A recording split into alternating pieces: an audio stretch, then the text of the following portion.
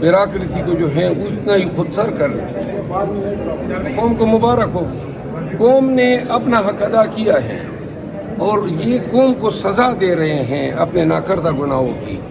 8 فروری کو جو مینڈیٹ قوم نے دے دیا ہے خان کو، یہ اسی کی سزا ہے کہ ان پر ایک ایسا حکمران مسلط کیا جا رہا ہے جو عوام نے چنا ہی نہیں ہے، اور یہ حکومت چلنے والی نہیں ہے، یہ نوشتہ دیوار ہے.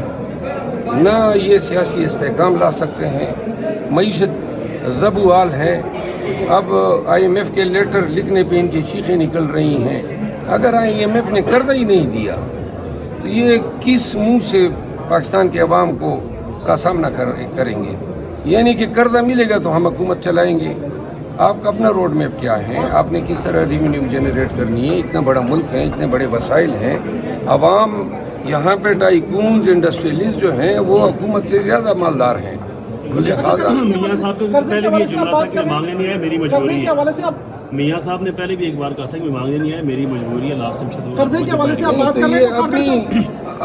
اپنے جو خزانے سے یہ پیسے لے گئے ہیں اپنی رقم قوم کو واپس کر دیں. قوم کو قرضوں کی ضرورت ہی نہیں. کاکڑ صاحب آج جا رہے ہیں، رخصت ہو رہی ہے، تو کدو کیا بات کر رہے ہیں؟ انہوں نے تاریخی بتا دیا. کاکڑ صاحب کے لیے کیا پیغام دیں گے؟ کاکڑ صاحب تو آج جا رہے ہیں، آپ کے لیے کاکڑ صاحب شاہ سے زیادہ شاہ کے وفادار بنے رہے. ان کے تمام بیانات جو ہیں، ان کی تمام پالیسیاں NTPTI تھی.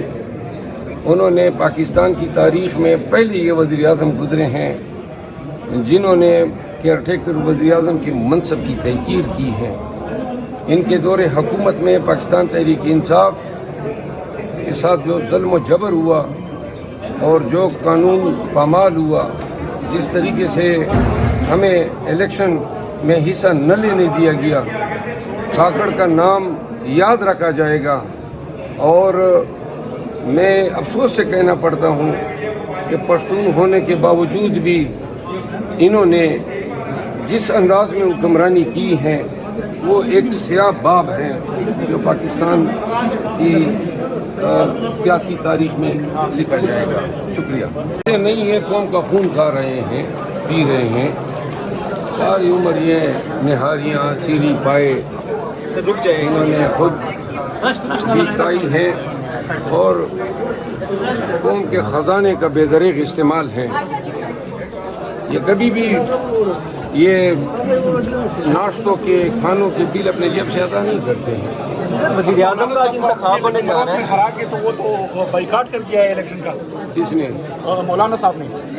مولانا صاحب نے درمیانی راستہ نکالا ہے. اچھا سر، وزیر اعظم کا انتخاب ہے، ووٹ تو آپ کے پورے نہیں ہیں، کیسے کریں گے؟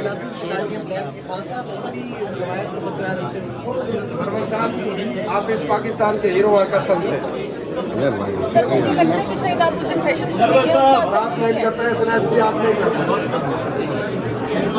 بات یہ ہے آج ذرا ایوان میں جانے دیں، جب باہر نکلوں گا تو آپ کے پاس ڈھیر سارے سوالات ہوں گے.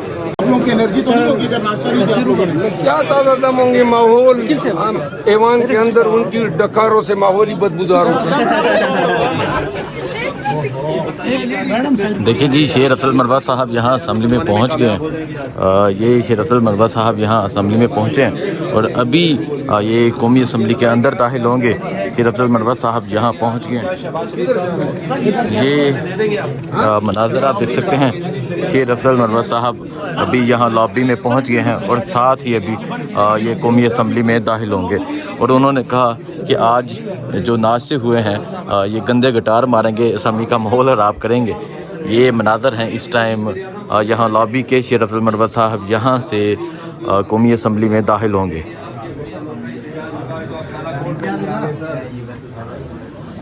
بات یہ ہے کہ مجھے ایوان میں جانے دیں تاکہ کچھ کر سکوں، آپ کے لیے بھی کچھ مواد بن جائے گا.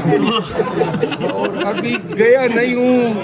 سرپرائز تو نہ ہوا نا کہ آپ کو پہلے سے بتا دیں. کچھ بتا تو دیں، کیا کچھ سندے تو نہیں لے کے آئے گا؟ اس کا مطلب ہے کہ آپ نے کوئی سرپرائز رکھا ہوا ہے؟ سرپرائز رکھا ہوا ہے کوئی پروگرام بنا. ہم احتجاج کریں گے، ہمارا حق ہے. جوتا ہمارے لہرا ساتھ ظلم کیا ہے، قوم کے ساتھ ظلم کیا ہے. آج کون سے برینڈ اس انداز میں بھی ہم احتجاج کریں گے انشاءاللہ. قوم ماسک لے کے آئے خان صاحب والا. ماسک ادھر پڑے ہیں. آج کون سے برانڈ کے جوتے پہن کر آئے؟ آج جوتا پھر تو نہیں لہرائیں گے؟